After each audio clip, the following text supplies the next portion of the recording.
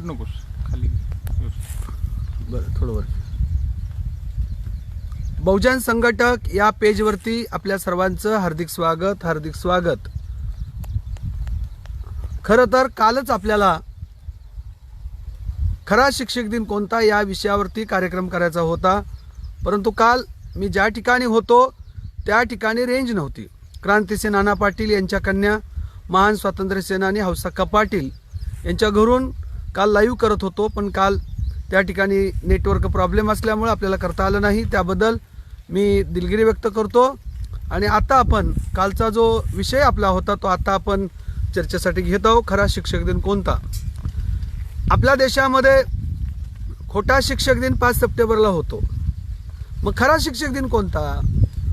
तर महात्मा ज्योतिराव फुले यांच्या नावाने आपल्या देशातला शिक्षक दिन झाला पाहिजे अशी अनेक वर्षापासून, सुमारे 20 वर्षापासून अनेक संघटनांची मागणी आहे. या विषयावरचं पहिलं पुस्तक मी 2002-03च्या दरम्यान लिहिलं, खरा शिक्षक दिन 28 नोव्हेंबर. मग राधाकृष्णनच्या नावाने करायचा नाही आणि मग महात्मा ज्योतिराव फुले यांच्या नावाने का करायचा? या पाठीमागचं कारण आहे. आपल्या देशामध्ये सार्वजनिक आणि मोफत शिक्षणाचा पाया महात्मा फुले सावित्रीबाई फुले यांनी घातला. या देशातली पहिली शाळा 1 जानेवारी 1848ला महात्मा फुले आणि सावित्रीबाई फुले यांनी सुरू केली. सार्वजनिक आणि मोफत हा शब्द महत्त्वाचा आहे. सार्वजनिक म्हणजे सर्वांसाठी, मोफत म्हणजे सर्वांना कुठल्याही स्वरूपाचं शुल्क न घेता ही शाळा सुरू करण्यात आली. महात्मा फुले यांनी शाळा सुरू करण्यापूर्वी आपल्या देशातल्या शूद्रातिशूद्रांना, ज्यांना आज आपण मराठा, माळी, धनगर, सुतार, लोहार, कुंभार, शेड्यूल्ड कास्ट, शेड्यूल्ड ट्राईब्स म्हणतो, आणि विशेषतः ब्राह्मण महिलांना देखील शिक्षणाचा अधिकार नव्हता. हे टिळकांनी देखील ब्राह्मण मुलींच्या शिक्षणाला विरोध केला होता. ब्राह्मण मुलींचा कसा छळ झाला हे पेशवेकालीन समाज जीवन, पेशवेकालीन स्त्री जीवन या ग्रंथामध्ये आपल्याला वाचायला मिळेल. महात्मा फुले यांनी शाळा सुरू करण्यापूर्वी छत्रपतींना देखील शिक्षणाचा अधिकार नव्हता. छत्रपती प्रतापसिंह महाराज, सातारच्या गादीचे अधिपती, छत्रपती शिवाजीराजेंचे वारसदार, त्या गादीचे अधिपती. प्रतापसिंह महाराज लहान असताना त्यांच्या शिक्षणावरती दुसऱ्या बाजीराव पेशव्यांनी बंदी घातली.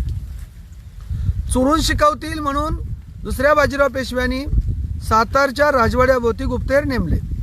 तर त्यांची आई प्रतापसिंह महाराजांच्या मातोश्री रात्री सुमारे 1:30 ते 2:30च्या दरम्यान चोरून शिकवायच्या.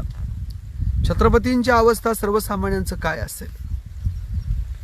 छत्रपतींना जिथं शिक्षणाचा अधिकार नव्हता तिथं रयतेला, जनतेला शिक्षणाचा अधिकार असेल का? नव्हता.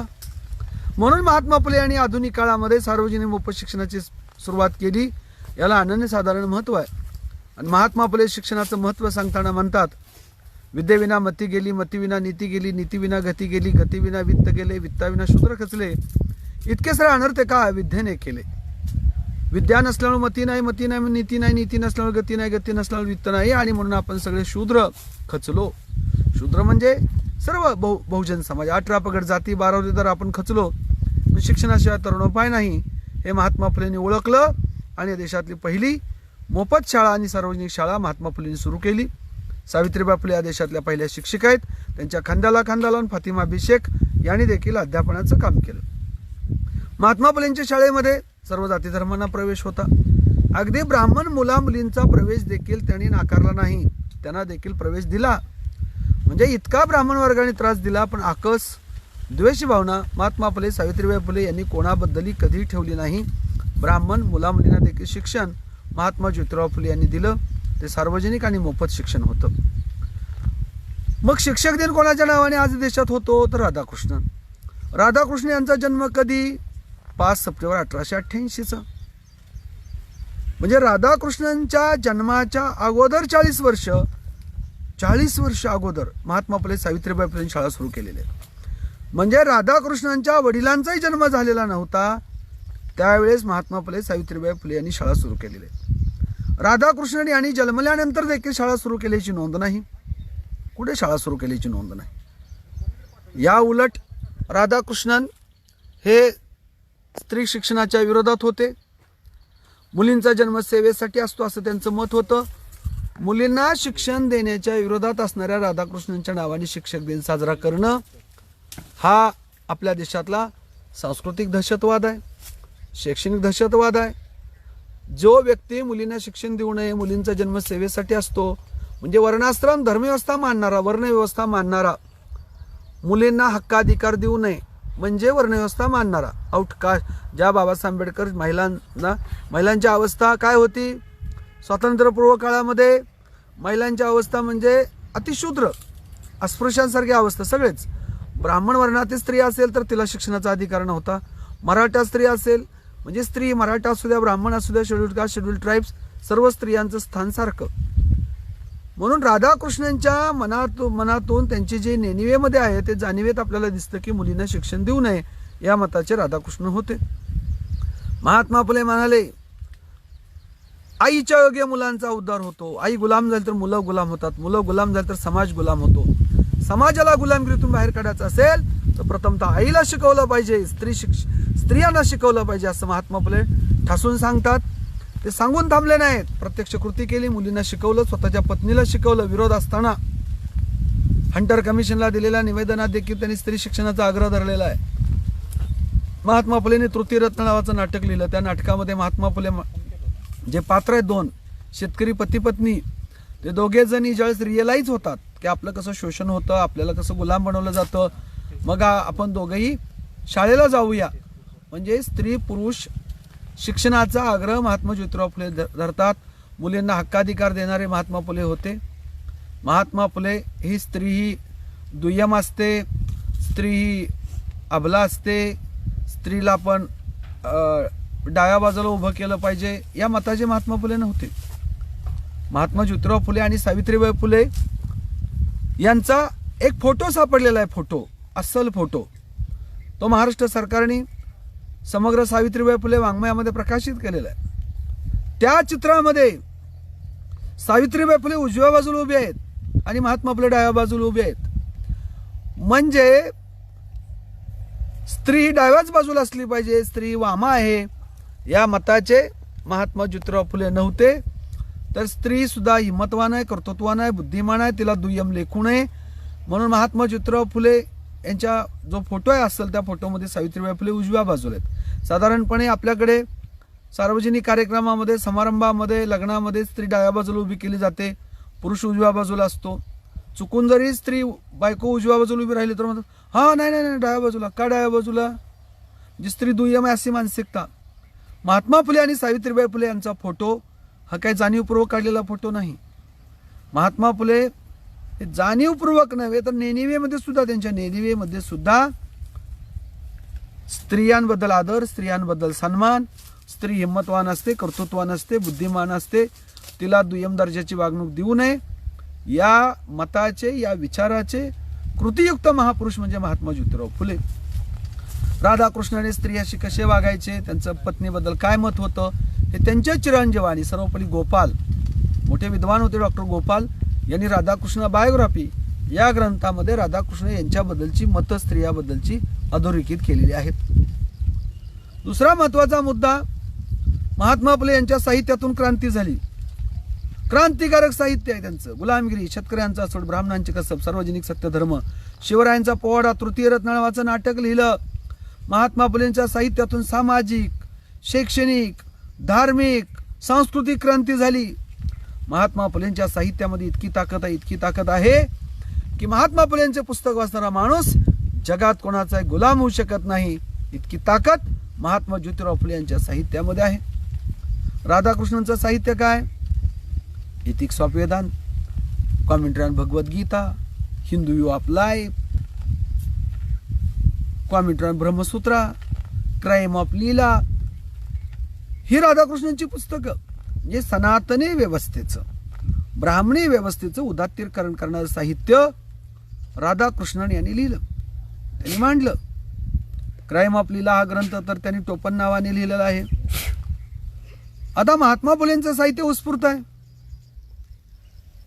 या देशातल्या कष्टकरी, श्रमकरी शेतकऱ्यांच्या समस्या, त्याची कारणमीमांसा आणि त्यावरची उपाययोजना, या हा मध्यवर्ती केंद्रबिंदू आहे. ही वैशिष्ट्ये आहेत महात्मा फुलेंच्या साहित्याची उत्स्फूर्त साहित्य आहे, ती कुठली कॉपी नाही केलेली युरोपमधल्या. आणि राधाकृष्णन यांचं साहित्य सनातनी व्यवस्थेचं उदात्तीकरण करणारं, महात्मा फुलेंचं साहित्य उत्स्फूर्त आणि क्रांतिकारक. राधाकृष्णन यांनी ज्या विषयामध्ये PhD मिळवली तो विषय वादग्रस्त आहे, आक्षेपार्ह आहे. PhDचा प्रबंध चोरून स्वतःच्या नावावरती प्रकाशित केला, दुसऱ्याचा प्रबंध स्वतःच्या नावावरती चोरून प्रकाशित केला. म्हणजे राधाकृष्णन हे साहित्य क्षेत्रातले दरोडेखोर होते, ते चोर होते. जसं वाळूची चोरी, वाळू माफिया म्हणतो आपण, तेलाची चोरी, तेल माफिया, पाण्याची चोरी, पाणी माफिया, सोन्याची चोरी, तसंच पैशाची चोरी होते आपल्याकडे, त्यांना आपण चोर म्हणतो. तसं साहित्य क्षेत्रात सुद्धा चोर असतात, त्याला वाङ्मयीन चौर्य म्हणतात. वाङ्मयीन चौर्य म्हणजे साहित्य क्षेत्रातले चोर, दरोडेखोर. राधाकृष्ण साहित्य क्षेत्रातला दरोडेखोर होता, चोर होता. आपण म्हणाल राष्ट्रपतीसारख्या एवढ्या विद्वानाबद्दल तुम्ही असा आक्षेपार्ह बोलता. सगळ्यात मोठा आक्षेप आहे की राष्ट्रपती झालेल्या माणसानी दुसऱ्याचा PhDचा प्रबंध चोरून स्वतःच्या नावावरती प्रकाशित केला. हा चोर नाही तर काय साव आहे. शाळेतल्या मुलांनी कॉपी केली तर त्यांना रिस्टिकेट करतात. आता हा अख्खं पुस्तक स्वतःच्या नावावरती छापलं, किती मोठा कॉपी बहादर असेल हा विचार करा. एका सिन्हा नावाच्या तरुण मुलानं इंडियन फिलॉसॉफी नावाचा एक थेसिस लिहिला आणि तो अभिप्रायासाठी 3 प्राध्यापकाकडे पाठवला. त्यापैकी एक राधाकृष्णन. खरं तर तो 2 वर्षाच्या आत तपासून देणं अपेक्षित होतं, अभिप्राय देणं अपेक्षित होतं. पण राधाकृष्णन यांनी तो थेसिस त्या तरुण मुलाला परत केला नाही. तो तरुण मुलगा मागत राहिला, वाचून झाला असेल तर द्या, वाचून झाला असेल तर त्या दिलं नाही.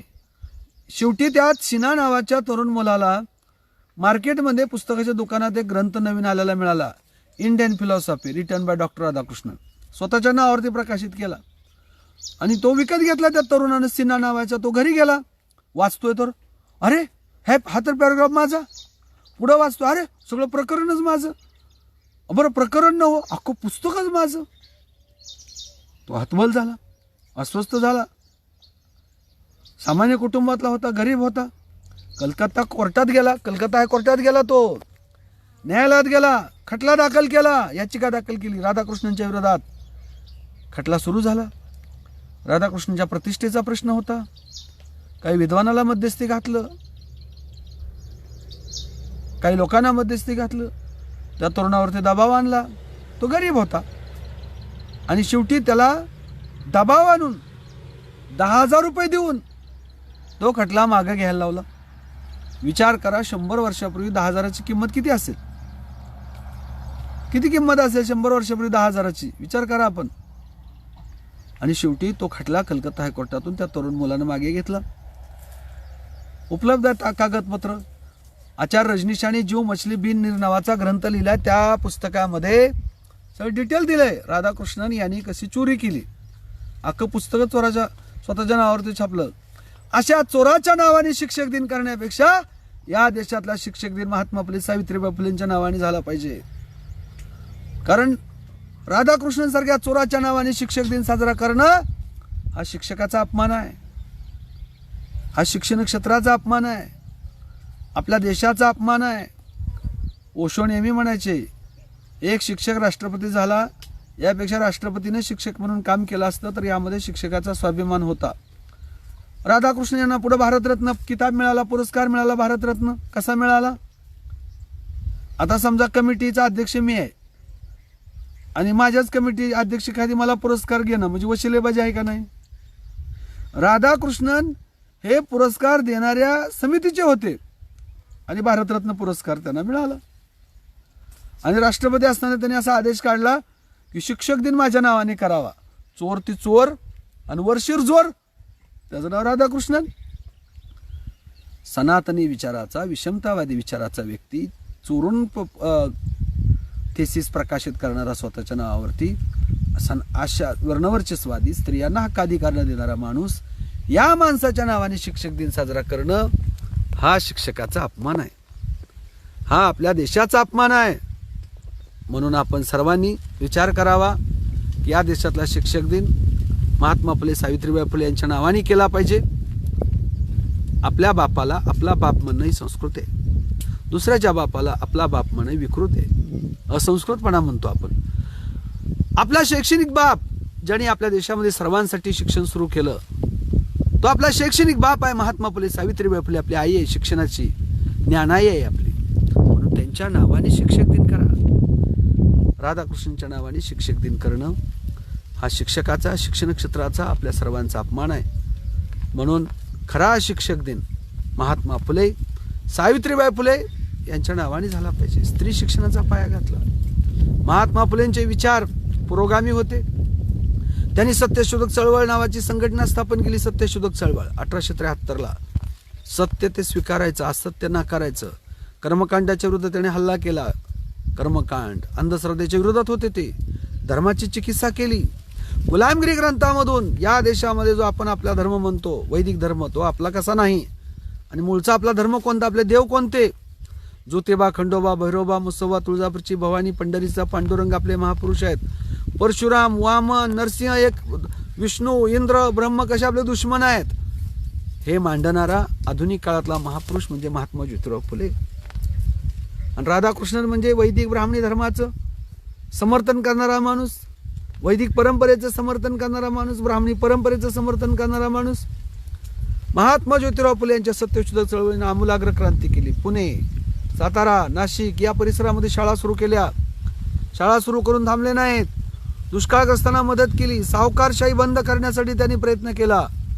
सावकारशाही नष्ट झाली पाहिजे, अस्पृश्यता नष्ट झाली पाहिजे. दुष्काळामध्ये स्वतःचा हौद सामान्य जनांसाठी, अस्पृश्यांसाठी खुला केला. जे महात्मा फुले फक्त बोलके सुधारक नव्हते, तर ते कर्ते सुधारक होते, कर्तृत्वान सुधारक होते. जसे बोलायचे तसे वागायचे. त्यांनी दुष्काळग्रस्तांना मदत केली. अस्पृश्यांना हौद खुला करून दिला. अस्पृश्यांना शिकवलं. मुक्ता साळवे, फुल्यांच्या शाळेतील विद्यार्थिनी लहुजी साळवे महात्मा फुलेंच्या पाठीशी उभे राहिले. स्त्री भ्रूण हत्या प्रतिबंध गृहाची स्थापना केली. कारण त्या काळामध्ये आपण पाहिलं असेल, त्या काळामध्ये बालविवाह व्हायचे आणि बालविवाह झाल्यानंतर कधी कधी अकाली वैधव्य यायचं आणि मग त्या स्त्रियांचं लैंगिक शोषण व्हायचं. त्यातून गर्भधारणा व्हायची. मग त्या मुली, लहान मुली 17, 18, 20 वर्षाच्या मुली नदीपात्रामध्ये जाऊन आत्महत्या करायचे किंवा लहान बाळ फेकून द्यायचे. महात्मा फुलेंना दया आली, सावित्रीबाईंना दया आली. त्यांनी आवाहन केलं, स्वतःचा प्राण देऊ नका, लहान मुलांचा बळी घेऊ नका, माझ्या घरी येऊन बाळंत व्हा. ब्राह्मण मुलींची सुद्धा बाळंतपणं केली. घरी येऊन अनेक मुली विधवा बाळंत झाल्या. त्या मुलांचा सांभाळ केला, त्या मुलींचा सांभाळ केला. त्यापैकीचे काशीबाई नातू ब्राह्मण विधवा, तिच्या पोटी जन्मलेला मुलगा यशवंता त्यांनी दत्तक घेतला. ह्याला क्रांती म्हणायचं, ह्याला क्रांतिकारक म्हणायचं. महात्मा फुलेंनी त्या यशवंताला दत्तक घेतलं. अशा अनेक स्त्रियांचा सांभाळ केला. मातृहृदयी होते महात्मा फुले. आई वडिलांची माया त्यांनी इथल्या गोरगरीब कष्टकरी श्रमकर्यांना जशी दिली, तशी ब्राह्मणी विधवांना सुद्धा त्यांनी स्वतःच्या मुलीप्रमाणे सांभाळलं. राधाकृष्णन यांनी स्वतःच्या पत्नीचा तरी आदर सन्मान केला का? याबद्दल राधाकृष्णनचे चिरंजीव डॉक्टर सर्वपल्ली गोपाल यांनी विस्ताराने लिहिलंय. मला काय राधाकृष्णनच्या आपल्याला खाजगी जीवनामध्ये व्यक्तिगत खाजगी जीवन, राधाकृष्णनच्या खाजगी जीवनाचा आपल्याला काही संबंध नाही. त्याच्या कमरेखाली आपल्याला वार करायचे नाहीत. परंतु त्यांचं मत स्त्रियांबद्दल कसं होतं हे त्यांच्या चिरंजीवांनी लिहून ठेवले. महात्मा फुलेंनी या देशामध्ये प्रथमतः छत्रपती शिवाजीराजे यांचा जन्मोत्सव सुरू केला, जयंती सोहळा. रायगडावरती जाऊन शिवाजीराजेंची समाधीचा शोध घेतला. पुण्यामध्ये आले आणि पहिली शिवजयंती महात्मा फुलेंनी सुरू केली. 908 ओळीचा शिवाजीराजेंच्या जीवनावरचा पोवाडा महात्मा ज्योतिराव फुले यांनी लिहिला. राधाकृष्णन यांनी अशी काय एखादी संघटना स्थापन केली का या देशातल्या शूद्रातिशूद्र, कष्टकरी, श्रमकरी, आदिवासी लोकांना हक्काधिकार मिळावेत अशी काही एखादी संघटना स्थापन केल्याची नोंद नाही. फुले यांनी सत्यशोधक समाजाची स्थापना केली. सार्वजनिक सत्यधर्म काढला. गुलामगिरीच्या विरुद्ध लढले. ते सामाजिक गुलामगिरीच्या विरुद्ध लढले, धार्मिक गुलामगिरीच्या विरुद्ध लढले, आर्थिक विषमतेच्या विरुद्ध ते लढले, सांस्कृतिक विषमतेच्या विरुद्ध, सांस्कृतिक गुलामगिरीच्या विरुद्ध महात्मा ज्योतिराव फुले निर्भीडपणे लढले. स्वतःचा अभ्यासक्रम त्यांनी स्वतः तयार केला. बहुजन समाजाच्या शाळेतील शिक्षक सुद्धा बहुजन असावेत हे महात्मा ज्योतिराव फुले यांची मत होतं. ते त्यांनी हिरिरीने मांडलं. अभ्यासक्रम आपल्या मुलांना जो शिकवला जातो तो कसल्या पद्धतीचा आहे? शाळा काढल्या फुले शाहू आंबेडकरांनी, कर्मे भाऊराव पाटलांनी, बापूजी साळुंखेनी, पंजाबराव देशमुखांनी, जगदाळे मामांनी. पण शाळेमध्ये शिकवली जाणारी पाठ्यपुस्तकं कोण तयार करतं? कोणत्या बॉडीवरती आहेत याचा कधी आपण विचार केला? आज देखील SCRT, NCRT, UGC, ICHR यावरती RSSचा ब्राह्मणी व्यवस्थेचा पगडा आहे. तो पगडा दूर व्हावा म्हणून अभ्यासक्रम आपण तयार केला पाहिजे. शिक्षक प्रगल्भ असावेत ही महात्मा ज्योतिराव फुले यांची भूमिका होती आणि ती त्यांनी बिरहिण मांडली. राधाकृष्ण यांनी आपल्या देशामध्ये अशी काही शैक्षणिक क्रांती, शैक्षणिक उठाव, सामाजिक परिवर्तन, धार्मिक क्रांती केल्याची कुठली नोंद नाही. जो व्यक्ती स्वतः चोर आहे, जो व्यक्ती स्त्री शिक्षणाच्या विरोधात आहे, सनातनी विचाराचा आहे, अशा व्यक्तीच्या नावाने शिक्षक दिन साजरा करणं आपल्या देशाची मोठी गुलामगिरी आहे. महात्मा ज्योतिराव फुलेंच्या साहित्यात इतकी ताकद आहे की महात्मा फुलेंची पुस्तक वाचणारा माणूस जगात कोणाचाही गुलाम होऊ शकत नाही. इतकी ताकद महात्मा फुले यांच्या साहित्यामध्ये आहे. महात्मा फुलेंच्या नावाने शिक्षक दिन सुरू झाला तर काय होईल? महात्मा फुलेंच्या चरित्राचं वाचन होईल, महात्मा ज्योतिराव फुले समजून घेतील, महात्मा फुलेंची पुस्तकं वाचतील आणि तो आपल्या संस्कृतीचा अभिमान ठरेल. ज्यांनी आपल्यासाठी शाळा सुरू केल्या त्यांच्या नावाने शिक्षक दिन साजरा करणं ही कृतज्ञता आहे. आणि महात्मा फुलेंनी शाळा सुरू करून देखील राधाकृष्णांच्या नावाने शिक्षक दिन साजरा करणं हा कृतज्ञपणा आहे. मग आता कृतज्ञ असायचंय का कृतज्ञ असायचंय? म्हणून शैक्षणिक क्षेत्रातले आपले वडील, शैक्षणिक क्षेत्रातला आपला बाप महात्मा फुले, शैक्षणिक क्षेत्रातली आपली आई सावित्रीबाई फुले आणि म्हणून महात्मा फुले, सावित्रीबाई फुले यांचाच नावाने आपल्या देशातला शिक्षक दिन व्हावा. आता कधी करायचा हा एक प्रश्न आहे. महात्मा फुलेंचा जन्मदिन 11 एप्रिलला आहे. महात्मा फुलेंचा स्मृती दिन 28 नोव्हेंबरला आहे. 11 एप्रिलच्या दरम्यान परीक्षा असतात सगळ्या. म्हणून अनेकांचं मत असं आहे, मी माझं मत माझ्या पुस्तकामध्ये मांडलंय की 28 नोव्हेंबरला आपल्या देशातला शिक्षक दिन व्हावा. कारण दिवाळी झालेली असते आणि दुसरं सत्र सुरू झालेलं असतं, त्यावेळी ते आपल्या सगळ्यांच्या दृष्टीनं सोयीचं आहे. म्हणून 28 नोव्हेंबर हा शिक्षक दिन व्हावा. अनेक विचारवंत बसतील, एकत्र येतील. महाराष्ट्र सरकारकडे अनेक वर्षापासून पाठपुरावा आपण करत आहोत. अनेक संघटना, बामसेफ, मराठा सेवा संघ, संभाजी ब्रिगेड, जिजाऊ ब्रिगेड, भारत मुक्ती मोर्चा, तसंच प्राध्यापक मच्छिंद्र सकटे सर यांनी देखील अनेक वर्षापासून मागणी केलेली आहे. त्याच पद्धतीनं अलीकडच्या काळामध्ये जोर धरत आहे मागणी. आता हा देशाचा निर्णय. लोक म्हणतील की ही देशाचा निर्णय, हो देशाचा निर्णय आहे, देशाने निर्णय घ्यावा. पण महाराष्ट्र भारताचा खडगास्त आहे. माहितीच्या अधिकाराचा कायदा प्रथमतः महाराष्ट्रात झाला, तो केंद्राने लागू केला. महिलांना स्थानिक स्वराज्य संस्थेमध्ये प्रतिनिधित्व द्यावं, राज्याचा कायदा केंद्राने लागू केला. रोजगार हमी योजनेचा कायदा महाराष्ट्राचा केंद्राने लागू केला. महाराष्ट्र दिशादर्शक राज्य आहे. महाराष्ट्र भारताचा खडगास्त आहे. महाराष्ट्र सरकारने जर का 5 सप्टेंबरचा शिक्षक दिन आपला नाही, महात्मा फुले, सावित्रीबाई फुले यांच्या नावाने शिक्षक दिन झाला पाहिजे, ही जर भूमिका महाराष्ट्र सरकारने घेतली आणि तसा ठराव मंजूर केला तर निश्चितपणे भारत सरकार सुद्धा भविष्य काळामध्ये महाराष्ट्राचा अनुनय केल्याशिवाय राहणार नाही. आम्ही पदवीधरचं निवडणूक लढवत आहोत. पुणे विभाग पदवीधर मतदारसंघातून आम्ही निवडणूक लढवत आहोत. मी तुम्हाला खात्रीलायक सांगतो, शिवरायांची, महात्मा फुलेंची शपथ घेऊन सांगतो, विधिमंडळामध्ये गेल्यानंतर महात्मा फुले यांच्या नावाने शिक्षक दिन साजरा झाला पाहिजे ही मागणी मांडणार आणि ती मंजूर करून घेणार. मग कळेल फुल्यांच्या बाजूचे कोण आणि सनातनी विचाराचे कोण हे कळेल. आणि म्हणून मला निश्चितपणे खात्री आहे, हे जे महाविकास आघाडीचं सरकार आहे हे महात्मा ज्योतिराव फुले, सावित्रीबाई फुले यांच्या नावाने शिक्षक दिन करण्यासाठी निश्चितपणे प्रयत्न करेल, अनुकूल राहील अशी आशा बाळगूया. बहुजन संघटक या पेजवरती खरा शिक्षक दिन कोणता या निमित्तानं एका चर्चासत्राचं आयोजन केलं. बहुजन संघटकचे सगळे संपादक मंडळी, त्यांचे सगळे सहकारी यांचं ऋण व्यक्त करतो, आभार मानतो आणि सगळ्या दर्शक श्रोत्यांचं देखील आभार मानतो. आपण इतक्या मोठ्या संख्येनं लॉकडाऊनच्या काळामध्ये हे व्याख्यान ऐकण्यासाठी आलात त्याबद्दल आपले देखील आभार मानतो आणि या ठिकाणी थांबतो. विशेषतः आजचा जो कार्यक्रम आपण लाईव्ह करत आहोत हे आमचे जीवाभावाचे मित्र सांगली जिल्ह्यातील तासगाव तालुक्यातील चिंचणी गावचे सुपुत्र, पुरोगामी विचाराचे, पुरोगामी चळवळीच्या पाठीशी खंबीरपणे उभे राहणारे आमचे मित्र चंद्रकांत पाटील अण्णा यांच्या शेतामध्ये, त्यांच्या आंब्याच्या बागेमध्ये, द्राक्षाच्या बागेमध्ये बसून आम्ही हा कार्यक्रम करत आहोत.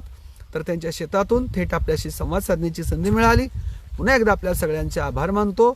आणि ही का जबाबदारी एकट्या श्रीमंत कोकाटे यांची नाही, ही जबाबदारी फक्त संभाजी ब्रिगेड, मराठा सेवा संघ, बामसेपची नाही, ही जबाबदारी आपल्या सर्वांची आहे, सर्वांची आहे. अगदी ब्राह्मणांची सुद्धा आहे, ब्राह्मण स्त्रियांची सुद्धा आहे. तुम्हाला टिळक शिकू देत नव्हते, महात्मा फुलेंनी शिकू दिलं. ब्राह्मण महिलांना माझी विनंती आहे भगिनींना, टिळकाचा स्त्री शिक्षणाला विरोध होता, महात्मा फुलेंमुळे ब्राह्मण मुलींना शिक्षणाचा अधिकार मिळाला. आपण सगळ्यांनी मिळून हातात हात घालून महात्मा फुले, सावित्रीबाई फुले यांच्या नावाने शिक्षक दिन होण्यासाठी प्रयत्न करूया. तो आपण करणार याची मला खात्री आहे. आणि या ठिकाणी मी थांबतो. धन्यवाद.